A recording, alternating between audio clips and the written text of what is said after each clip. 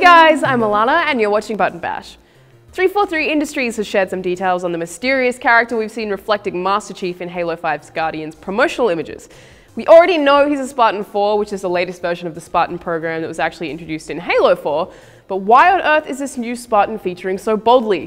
343 have actually said that he's an entirely new character who has never been seen, heard, or even mentioned before in the Halo games or books. Bonnie Ross, head at 343 Industries, has said that the Spartan's name is Agent Locke, and he will be a main focus of Halo Nightfall, which is an upcoming live-action miniseries, as well as playing a key role in Halo 5. Apparently, an important part of Halo 5 will be the dynamic between Locke and Master Chief, so maybe he's like the new Cortana. Ross also said that the story we want to tell on the Xbox One really is an important part and main part of his hero's journey. It's more about what he's searching for versus what the UNSC is asking him to do. Halo 5 Guardians is a continuation of Master Chief's story. So it seems that the Master Chief will still play a main role in Halo 5 Guardians, nobody panic, but maybe he just has a new companion. The first episode of Halo Nightfall is expected to be released on November 11th, along with Halo the Master Chief Collection on Xbox One. Halo 5 is expected to be coming to the Xbox One in 2015. I tell you this, not because I trust you, Agent Locke.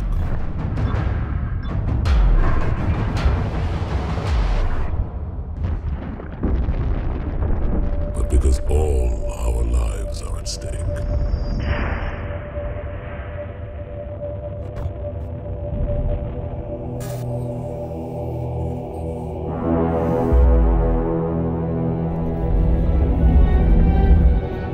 Because the seeds of our future are sown in his past. THQ is being revived by Nordic Games, the owners of Darksiders, and several other previous THQ titles. For some background, THQ actually filed for bankruptcy in December 2012 and had its assets auctioned off in early 2013. Ubisoft scored South Park: The Stick of Truth, Sega got Company of Heroes, and Nordic Games got Darksiders, MX vs. ATV, and Red Faction, with other games basically being spread across all the other publishers.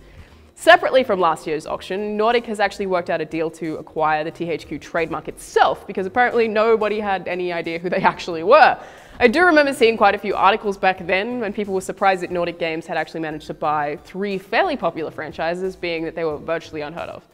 Having the THQ trademark, however, allows Nordic to freely use the name and its related social networks. Nordic, or THQ, what am I even meant to call them now, have also addressed a pretty common question, and one I definitely care about: how far off is a new Darksiders game? Nordic has called for patience from fans so that they can get it right, and I seriously hope they do. The Darksiders games have an awesome art style mixed with huge puzzles and seriously kick-ass combat. While the series has some obvious similarities to both Legend of Zelda and God of War, it's the way that it combines the two and adds its own flair that makes it great, to me at least. Now, I've just polished off the end of Watch Dogs, and I have to say it was kind of disappointing. Watch Dogs is a third-person action game and you play as master hacker Aiden Pierce. He's angry after some boring nonsense happened before the game begins, and so you set off on an equally boring revenge quest that I would explain if it weren't all so boring.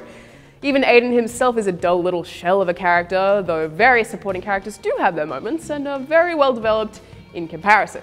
That said, Watch Dogs slightly makes up for its particularly dull story by offering you an extremely pretty interactive city to explore. The various story missions have you driving through Chicago, interacting with the CTOS in the middle of some admittedly kind of repetitive car chases.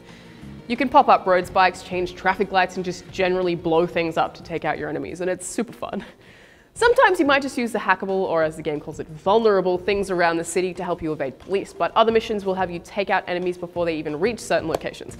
It honestly is really, really fun, and while the driving mechanics aren't that great, and it's hard not to compare them to GTA since the open world driving is so similar, it doesn't get old too quickly. The frequency of car chases is kind of frustrating, but knowing that you are granted more power to get rid of those chasing you, more than most other games at least, is really great. Other missions involve Aiden on foot infiltrating fortresses by hacking cameras. I actually love this feature and never got bored with it. At one point, you scale an entire building from the bottom floor to the top floor just to overhear a conversation, jumping between webcams, security cameras, and phone cameras that are sitting in people's pockets. You can also level up your skills to be able to hack things on or nearby individual people, even when Aiden couldn't possibly see them himself, just through the cameras. You can hack someone's phone to send them distracting and admittedly kind of funny text messages, or disable someone's ability to call for reinforcements, sometimes even blow people up. While you can shoot your way through the game, and the guns and the cover system are both extremely fluid and definitely complement the playstyle, there are a lot of stealth options, including some missions that you'll auto-fail if you're spotted or blow your cover. Some of the side missions particularly are kind of impossible to finish without being very, very particular, needing you to use clever distractions, such as hacking machinery to make it move for seemingly no reason to split up enemies. Other side missions have you wreaking havoc in a giant mechanical spider or stopping local muggings thanks to a notification on your phone. It's all pretty broad. So while there's a lot to do and there are some seriously interesting mechanics presented here, for the most part Watch Dogs' main story is just annoyingly dull and largely repetitive. They also had a really fantastic opportunity to make some interesting statements about the internet and oversharing or lack of privacy or government surveillance, but none of that commentary was present. No intelligent commentary is present at all, really. It's a shame. Overall, I have a feeling that the currently unannounced Watch Dogs 2 will be a much, much better game, and it might just be worth waiting for that instead.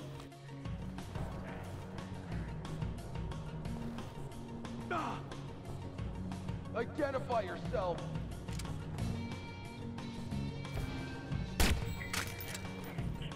I'm Alanah, and thanks for watching Button Bash.